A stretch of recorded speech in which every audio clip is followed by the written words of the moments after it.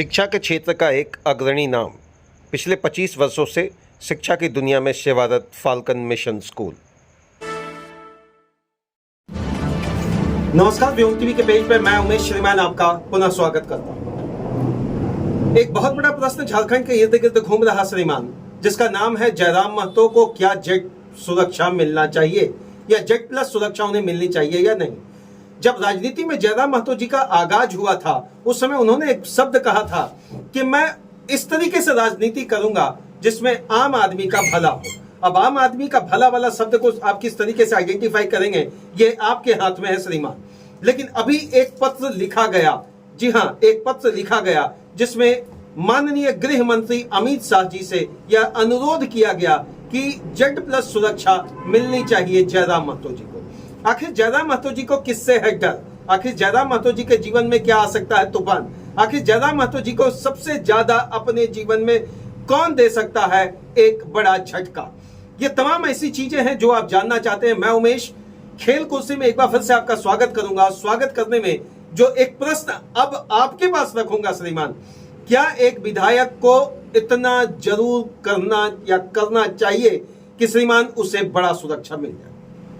जब आप सुरक्षा की बात करेंगे तो संवैधानिक संरचना का आधार आपको लेना पड़ेगा, चाहे आप एक श्रेणी में आ जाए, वाई श्रेणी में आ जाए या जेड श्रेणी में आ जाए। सुरक्षा भारतीय संविधान के सुरक्षा अधिनियम के अंतर्गत ही श्रीमान इसको रखा गया है।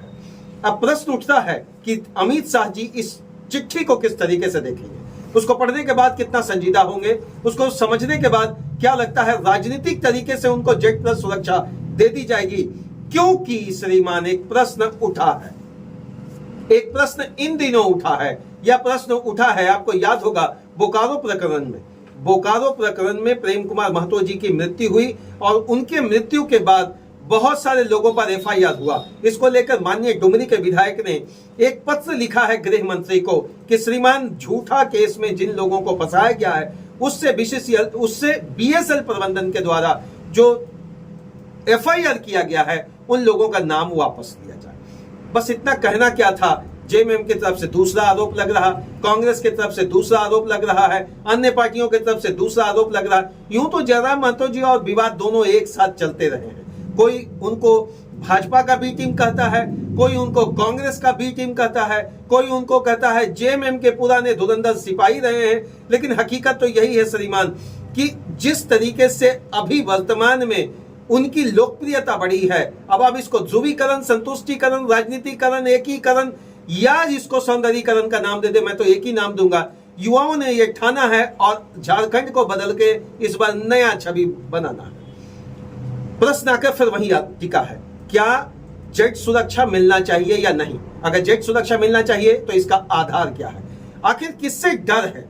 ये मैंने अभी इससे पहले वाले एपिसोड में आपको बताया कि लोकसभा के अंतर्गत जिस तरीके से भाजपा का 33% वोट आया, जेएमएम और कांग्रेस की बात करें तो जेएमएम को 25% वोट आया, और यही दूसरी और कांग्रेस का श्रीमान झारखंड की बात करें तो उनको भी 16% आया। लेकिन आप ये भी मत भूलिए श्री कि 7 से 8% वोट जयराम महतो जी की पार्टी जेएलकेएम को भी आया था, और 1 से 2% में तो बड़ा खेल हो जाता है राजनीति में। जब 7 से 8% की आप बात करेंगे तो 7 से 8% का खेल आप समझ सकते हैं क्या होगा।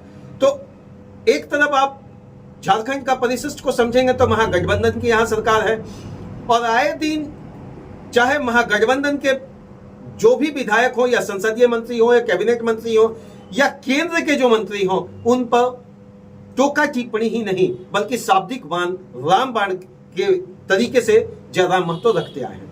विरोध करते आए हैं उनकी अकूट संपत्ति का, विरोध करते आए हैं उनके लाव लश्कर का, विरोध करते आए हैं उनके कार्य करने की शैली का, और सबसे बड़ा विरोध वो इस बात का करते आए हैं कि ये 24 साल पूरा होने के बावजूद भी झारखंड और झारखंडियत का नाम पर केवल अमली जामा क्यों पहनाया जाता है?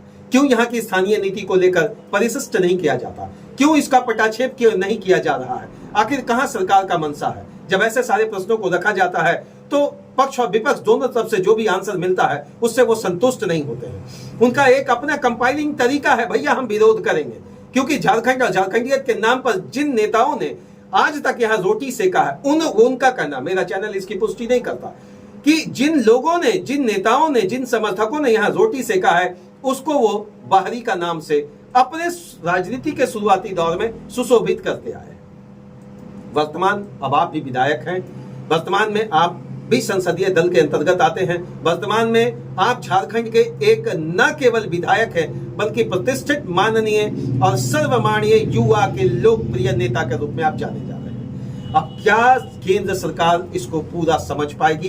क्या केंद्र सरकार अपने लोग जो यहाँ उनके संसदीय क्षेत्र से सांसद हैं उनसे राय मशवरा करेगी, या वाकई सुरक्षा अधिनियम को, सुरक्षा वाली चीजों को, सुरक्षा के परिशिष्ट को देखते हुए जयराम महतो को जेट सुरक्षा मिल जाएगा? प्रश्न का उत्तर अधर में लटका हुआ है। सीधी भाषा में समझ ले तो उत्तर देना आसान नहीं है, लेकिन युवा है दीवाना जयराम महतो का, युवा है पूरी तरह से न्यौछावर जयराम महतो का, युवा है पूरी तरह से एकीकृत होकर जयराम महतो का। लेकिन जयराम महतो का एकीकरण किस तरफ है? उनका क्या भाषण तक ही जोर रहेगा या धरातलीय व्यवस्था में भी कुछ दिखेगा डुमरी विधानसभा में? यह भी एक बहुत बड़ा प्रश्न है।